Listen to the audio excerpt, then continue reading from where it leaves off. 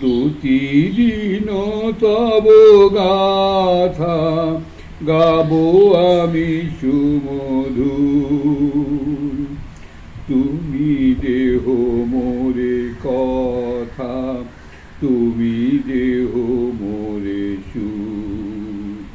প্রতিদিন তব গাথা গাবো আমি সুমধুর। তুমি যদি থাকো মনে বিকচ কমলাসনে, তুমি যদি থাকো মনে বিকচ কমলাসনে, তুমি যদি করো প্রাণ তব প্রেমে পরিপূর্ণ।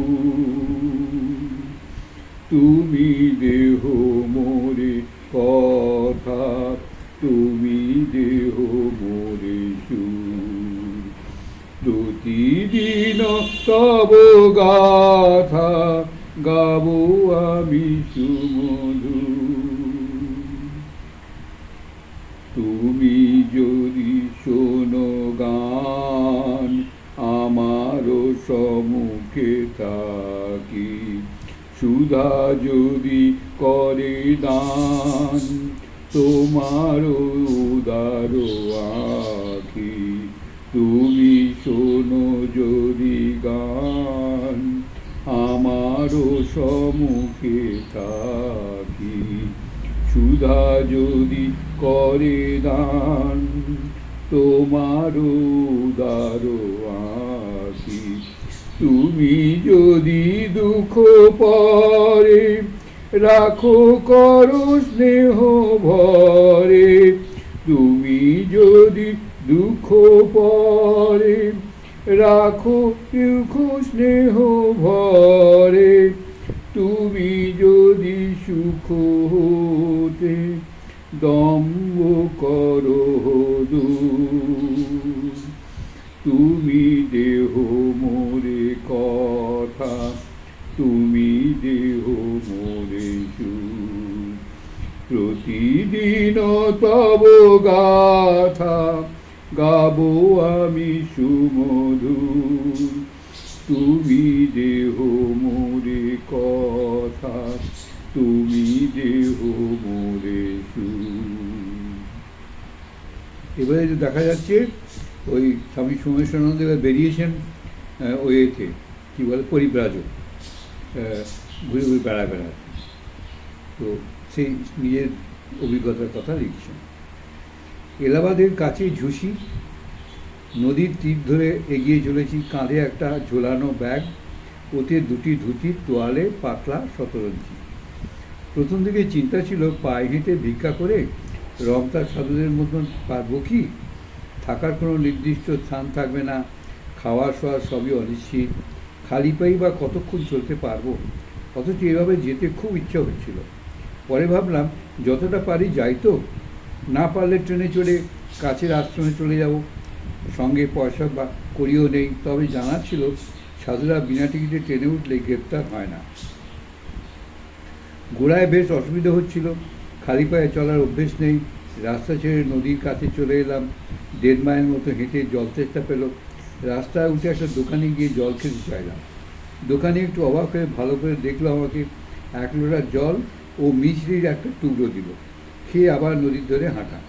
আরও কিছুটা গিয়ে গাছের নিচে বসলাম। কিছুটা এগিয়ে দেখি এক শিব মন্দির, সেখানে গিয়ে বসলাম। মাঝে মাঝে শুনতে ভালো লাগছে না, কিছুটা এগিয়ে গিয়ে দেখি আচ্ছা মাঝে মাঝে ভক্তেরা আসছেন জল ঢালতে। গাল বাজিয়ে বল বল বল আওয়াজ করে শিবলিঙ্গে জল ঢালা মন্ত্র পড়তে পড়তে 2-3 জন মহিলা এলেন একসঙ্গে। জল ঢেলে যাওয়ার পর আমাকে প্রণাম করে গেলেন। মন্দিরের অন্য কোণে আরেকজন সাধু বসে স্তব করছেন বই দেখে। সাদা ধুতি, কপালের তিলক, মনে হলো বৈষ্ণব সাধু। মন্দিরের বারান্দায় বসে আছি, গরম লাগছে, হাওয়া নেই।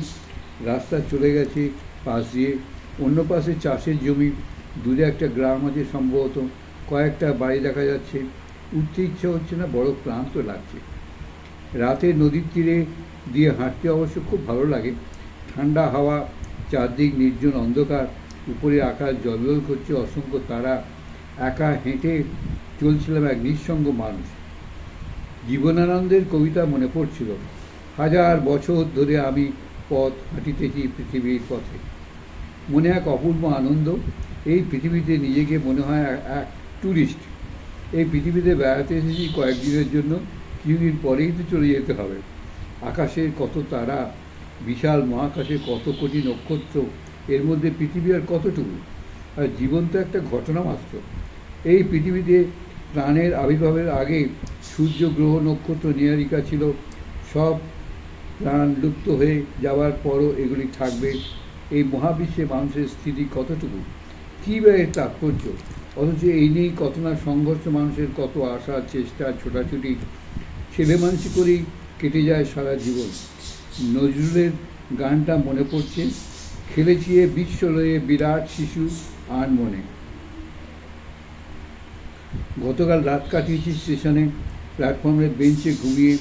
ব্যাগটা বালিশের কাজ করেছিল। আজ সকালে ঘুম ভেঙে গেল যাত্রীদের আওয়াজে। কোন এক ট্রেন আসছে তারই প্রস্তুতি। উঠে বাইরে গেলাম, হাত মুখ ধুয়ে এদিক ওদিক তাকিয়ে দেখি মিষ্টির দোকান। সামনে গিয়ে দাঁড়ালাম, পকেটে পয়সা নেই। দোকানি ভিক্ষা দিল একটা কচুরি আর দুটো জিলিপি। পরিতোষ মহারাজ বলেছিলেন, জীবনের প্রতিটি পরিস্থিতি নতুন শিক্ষণীয়, অনুভব করতে পারলে প্রতি মুহূর্তে আনন্দের খোরাক। কচুরি জিলিপি খেয়ে তো ব্রেকফাস্ট করলাম, কিন্তু চা না হলে ঠিক জমছে না। কিছুতে এগিয়ে গিয়ে আর একটা দোকানে এলাম, চা ভিক্ষে চাইলাম। দোকানি অবাক হয়ে তাকিয়ে রইল। ফল, মিষ্টি, বিড়ি, পয়সা, ভিক্ষা চাওয়া চলে, কিন্তু চা? আমার হিন্দি কথা শুনে প্রশ্ন করলো, বঙ্গালি? মাথা নেড়ে বললাম হ্যাঁ। দোকানি তার সহকর্মীর দিকে তাকিয়ে হাসলো, বলল, দে দো এক কাপ। জয় রামজি, বৈষ্ণব সাধুর ডাকে চমক ভাঙল। চায়ের দোকান থেকে শিব মন্দিরে ফিরে এলাম। সাধুজি জিজ্ঞেস করলেন, কাহা যাওগে, মানে কোথায় যাবে? আচ্ছা, এইখানে শেষ করি, কালকে আবার পড়ব।